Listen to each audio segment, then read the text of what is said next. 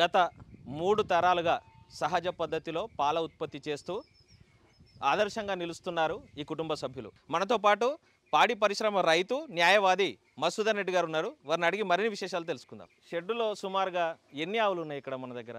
50+ animals ఉన్నాయి sir. 50 పైగా animals ఉన్నాయి.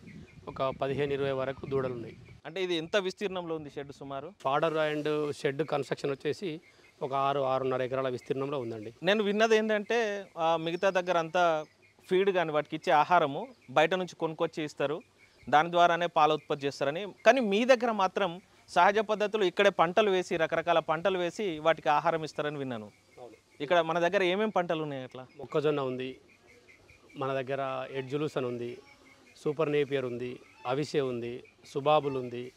ఇవన్నీ రకరకాల గడ్డి జాతులను పెంచి మన యానిమల్స్కి ఏంటంటే అన్ని రకాల పోషకాలు అందే విధంగా గడ్డిలో నుంచే అన్ని రకాల పోషకాలు పశువులకు అందుతాయి. కాబట్టి ఆ పోషకాలు తిన్నటువంటి యానిమల్ ఇచ్చే పాలను తాగితేనే అన్ని పోషక విలువలు సమతుల్యంతో ఉంటాయనే ఉద్దేశంతో తరతరాల నుంచి మేము ఇది 3వ జనరేషన్ అండి.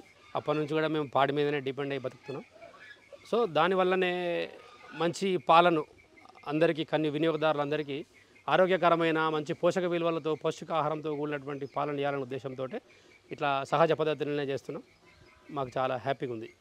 అంటే పాత పద్ధతికి ఇప్పుడు వచ్చిన కొత్త విధానానికి ఏం చేంజ్ ఉంది? పాల ఉత్పత్తిలో ఏం విధానాలు మారినాయి అసలు? పాత పద్ధతి అంటే అప్పుడు ఇంటింటికి పాడి అనేది మ్యాండేటరీ. మనం తినడానికి ఆహార ఉత్పత్తులు కానీ అన్నము పప్పు దినుసులు ఎట్లా అవసరమో అప్పుడు పాడి కూడా అట్లే ఉపయోగించారు. కాబట్టి ఆ పద్ధతులు డైలీ ఒక 2 గంటలు 3 గంటలు పశువులని గ్రేజింగ్ బయటతో బేపుకొచ్చేసి ఆ పాల ద్వారా చేసేది.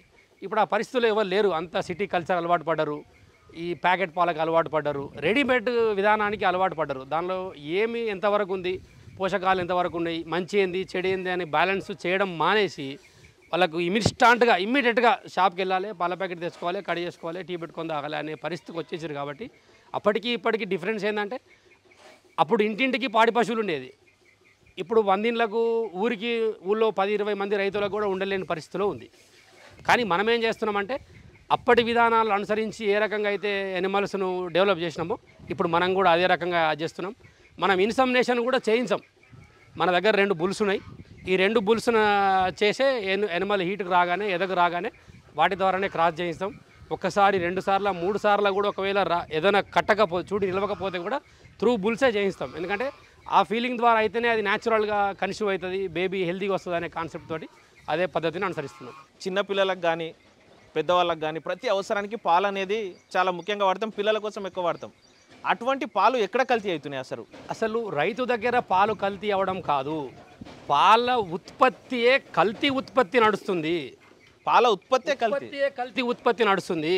ఇప్పుడు అంతేందుకండి, ఎవరైతే ఈ ఫుడ్ ఇన్స్పెక్టర్స్ వాళ్ళు ఉన్నారో ఏకకాలంలో దాడి చేస్తే పాలు పొద్దున్న 5 గంటలకు వచ్చి క్యాన్లు పెట్టుకొని అమ్ముకుంటే ఆయనకు ఫామ్ లేదు, ఆయనకు యానిమల్స్ లేవు, ఆయన పాలు అమ్ముతున్నాడు. ఎక్కడ ఈ పాలు? ఇప్పుడు 10 గంటల టయానికి పోయి కూడా పాలు కావాలంటే 10 నిమిషాలు తెప్పిస్తూ ఉంటాడు ఆయన. ఎక్కడ ఈ పాలు అనే విషయం చాలామంది కన్స్యూమర్లు క్వశ్చన్ చేస్తే కానీ తెలిసిన విషయం ఏంటంటే కృత్రిమ పాలు కావు, అసలు కావు. పాలు అంటే ఏం సార్? పాడి పశువుల ద్వారా తీసినే పాలు. అవును. సరే, ఇలా A1 మిల్క్, A2 మిల్క్ అని రకరకాల పేర్లు పెట్టారు, దాన్ని రకరకాల మార్కెట్ చేస్తున్నారు. అది కాదు కాన్సెప్టు. పశువు ద్వారా అంటే పాడి పశువు ద్వారా వచ్చిన పాలు మాత్రం లేవు. కృత్రిమ పాల వల్లనే ఎఫెక్టు. ఈ కృత్రిమ పాల యొక్క గుణాన్ని తెలుసుకోవడానికి రకరకాల పరీక్షలు చేస్తారు. కానీ దానిలో ప్రోటీన్ పరీక్ష నిర్వహిస్తే అది ఏందనేది అర్థమవుతుంది.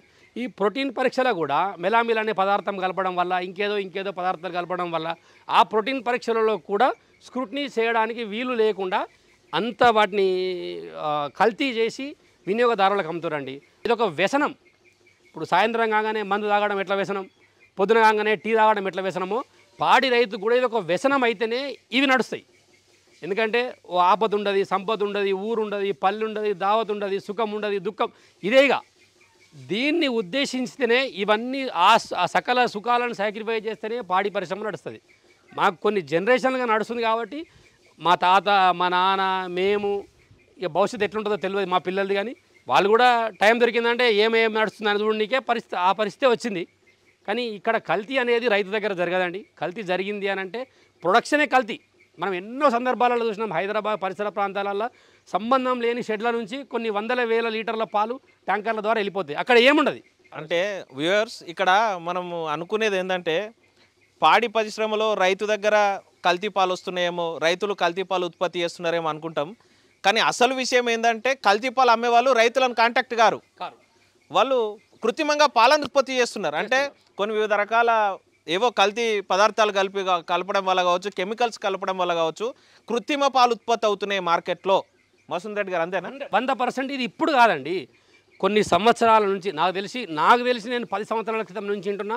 మెలామిల్ ద్వారా పాల యొక్క క్వాలిటీని నిర్ధారించలేము. మెలామిల్ పదార్థం యాక్చువల్గా మెలామిల్ అనేది ఏంటి అని అంటే ఒక గమ్ లాగా కూడుకునేటువంటి పదార్థం అట్టది. దానిలో పాల పౌడర్ను, మెలామిల్ను, నీటిని పోసి వడగట్టడం ద్వారా వచ్చిన పాలను ఇవి పాలు కావు అని నిర్ధారించడం అసంభవం.